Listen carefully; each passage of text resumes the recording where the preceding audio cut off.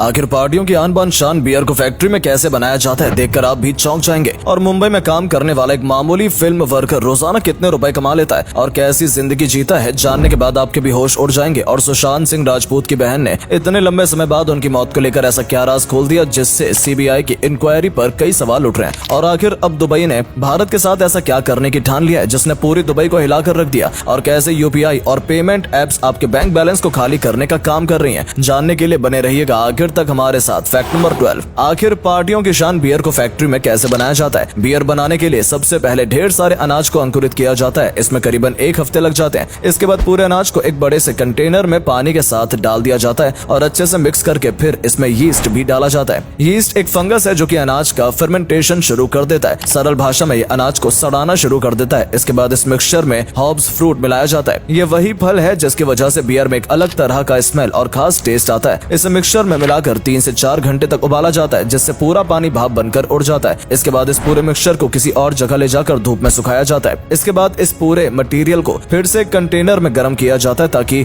Material और अच्छे से सूख जाए। इसके बाद इस पूरे मटेरियल को ग्राइंडर मशीन में ग्राइंड करके पाउडर बना दिया जाता है और फिर इसी पाउडर को गुड़ और चीनी के सोल्यूशन में मिला दिया जाता है और खूब मिक्स किया जाता है। कुछ समय बाद इसमें झाग बनना शुरू हो जाते हैं और झाग के नीचे अलग अलग तरह के लिक्विड बन जाते हैं। फिर इसी लिक्विड को फैक्ट्री के स्टोर रूम में बड़े बड़े ड्रम्स में स्टोर कर लिया जाता है और करीबन 3 महीनों तक ऐसे ही छोड़ दिया जाता है। 3 महीने बाद ये लिक्विड बियर में बदल चुका होता है। Fact number 11, Kajol Devgan social media पर काफी एक्टिव रहती हैं और हाल ही में इन्हें एक बहुत ही फनी वीडियो अपने इंस्टाग्राम पर शेयर की है, जिसे देखकर उनके फैंस काफी हंस रहे हैं। इस वीडियो में काजोल ने अपने अलग अलग गिरने की क्लिप्स दिखाई है। इस वीडियो में कभी वो खड़े खड़े, कभी चलते चलते और कभी साइकिल चलाते हुए गिरते हुए नजर आई हैं। इस वीडियो को उन्होंने 5 मई को लाफ्टर्स डे के मौके पर अपलोड किया था ताकि सभी इसे देखकर एक पल के लिए हंस सकें। फैक्ट नंबर 10, फिलीपींस एक ऐसा देश है जहां अच्छी और पर्याप्त मात्रा में पब्लिक ट्रांसपोर्ट की सुविधा मौजूद नहीं है। यही वजह है कि यहाँ के होनहार लोग अपना इंजीनियरिंग दिमाग लगाकर एक बाइक को ही पूरी तरह से पब्लिक ट्रांसपोर्ट में ट्रांसफॉर्म कर देते हैं और इसके बाद सिर्फ एक बाइक से 8 से 10 लोगों को बैलेंस करते हुए एक जगह से दूसरी जगह पहुंचाते हैं। हैरानी की बात यह है कि एक बाइक को इतने सारे लोगों के वेट के साथ चलाने की तो दूर की बात, संभालना बहुत ज्यादा मुश्किल है, लेकिन ये इंसान आसानी से इतने भार को संभाल लेता है और साथ में खतरा होने के बावजूद पैसेंजर भी इसके ऊपर पूरी तरह से विश्वास करते हैं। फैक्ट नंबर 9, आखिर मुंबई में एक फिल्म वर्कर की जिंदगी कैसी होती है। आपने बड़े बड़े स्टार्स की लग्जरियस जिंदगी तो जरूर देखी होगी, लेकिन एक फिल्म वर्कर की जिंदगी शायद ही देखी होगी। मुंबई फिल्म सिटी में काम करने के लिए एक वर्कर को रोज के 1500 से 3000 रुपए तक मिलते हैं, लेकिन ये काम रोज नहीं चलता और कभी कभी तो महीने में सिर्फ 10 दिन ही काम चलता है। लेकिन फिर भी ये वर्कर कम से कम 10 दिन ही काम करके 15 से 30 हजार कमाई लेते हैं। यही वजह है कि कम से कम इनके पास मुंबई में रहने के लिए एक अच्छा किराए का घर होता है और इन्हें हर समय का खाना आराम से मिलता है, यानी इनकी जिंदगी कुछ न कुछ जरूर सुधर जाती है। फैक्ट नंबर 8,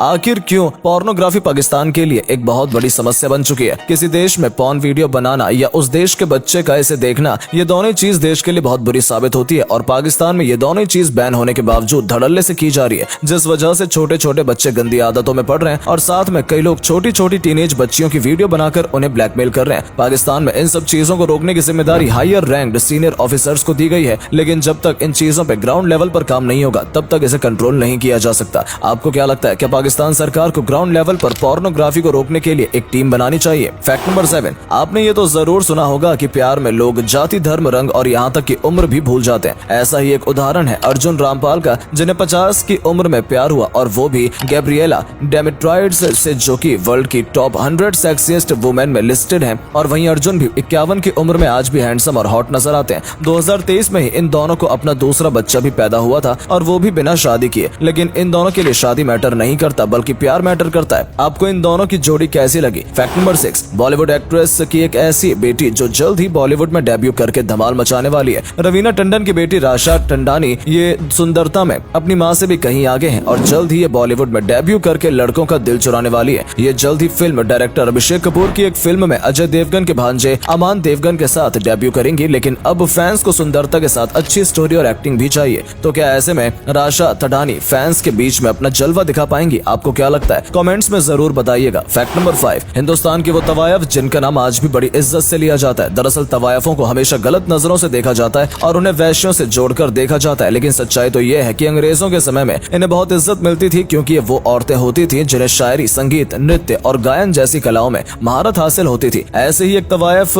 जद्दन बाई थी। जद्दन बाई एक ऐसा नाम था जिनका जिक्र संगीत के कला में बहुत इज्जत से लिया जाता था, यहाँ तक कि वो भारतीय फिल्म इंडस्ट्री की पहली फीमेल म्यूजिक डायरेक्टर भी थी। लेकिन इतने सम्मान के बावजूद मौजूद बॉलीवुड तवायफों को सिर्फ कोठों से जोड़कर देखती है और एक शर्मनाक बात है। फैक्ट नंबर 4, आखिर दुबई ने अब तक ऐसा क्या करने की ठान ली जिसने पूरी दुनिया को हिलाकर रख दिया है। दरअसल हाल ही में यूएई ने ये अनाउंसमेंट किया कि वो दुबई को भारत में मुंबई शहर के साथ जोड़ने वाला है। एक under water bullet train link बनाएंगे। वो एक 1200 माइल से लंबा अंडर वाटर टनल बनाएंगे जिसके अंदर बुलेट ट्रेन 1000 किलोमीटर प्रति घंटे की रफ्तार से सिर्फ 2 घंटे में इंडिया से दुबई तक पहुंच जाएगी। यही नहीं, दुबई इसके साथ 2 टनल भी बनाएगा। एक टनल में दुबई से इंडिया तक ऑयल ट्रांसपोर्ट होगा और दूसरे टनल से इंडिया से दुबई तक फ्रेश वाटर ट्रांसपोर्ट होगा। दुबई इस प्रोजेक्ट को लेकर बहुत सीरियस है और किसी भी तरह इसे बनाना चाहता है, चाहे अंधाधुंध पैसे ही क्यों ना खर्च हो जाए। लेकिन यह समय ही बताएगा कि क्या दुबई ये लगभग इम्पॉसिबल काम पूरा कर पाएगा या नहीं। फैक्ट नंबर 3, अगर आप कभी भी पाकिस्तान के कराची में जाएं तो ये स्ट्रीट फूड ट्राई करना बिल्कुल मत भूलना। सबसे पहले तो ये गुड़ और मूंगफली से बने स्वादिष्ट चिक्की। वहाँ चिक्की बनाने के लिए सबसे पहले गुड़ को गर्म करके पिघला दिया जाता है और इसके बाद इसमें ढेर सारी मूंगफली डालकर अच्छे से मिक्स कर दिया जाता है। इसके बाद मूंगफली और गुड़ के मिश्रण को इस तरह फैलाने के बाद छोटे छोटे पीसेस में काट कर बेचा जाता है। इसके बाद कराची का फेमस अंगूर का शेक, जिसे बनाने के लिए मिक्सचर मशीन में मिल्क सॉल्यूशन और अंगूर को मिलाकर अच्छे से मिक्स किया जाता है और बनते ही बर्फ के अंदर डालकर इसे बिल्कुल चिल कर दिया जाता है। इसके बाद तो ये शेक गोली की रफ्तार से बिकता है। और last but not the least, अगर कराची में पहुंचकर यहाँ का बिरयानी नहीं खाया तो क्या खाया। फैक्ट नंबर 2, मरने के बाद भी सबके दिलों पर राज करने वाले सुशांत सिंह राजपूत की मौत का रहस्य आज भी अनसुलझा है। लेकिन हाल ही में उनकी बहन श्वेता सिंह कीर्ति ने अपने इंटरव्यू में उनकी मौत के दिन से जुड़ी कई हैरान कर देने वाली बात सामने लाई है। उन्होंने बताया कि सुशांत कभी भी अपना रूम लॉक नहीं करते थे और हमेशा रूम अनलॉक रहता है, लेकिन वो रूम उस दिन लॉक था। उसी दिन आसपास के अपार्टमेंट्स के सीसीटीवी कैमरास भी काम नहीं कर रहे थे और साथ ही में सुशांत के कमरे की चाबी भी गायब थी। आखिर इतनी सारी चीजें एक साथ कैसे हो सकती हैं? ये सभी चीजें सिर्फ इस बात की ओर इशारा करती हैं कि सुशांत की मौत कोई आत्महत्या नहीं बल्कि शायद एक सोची समझी साजिश हो सकती है।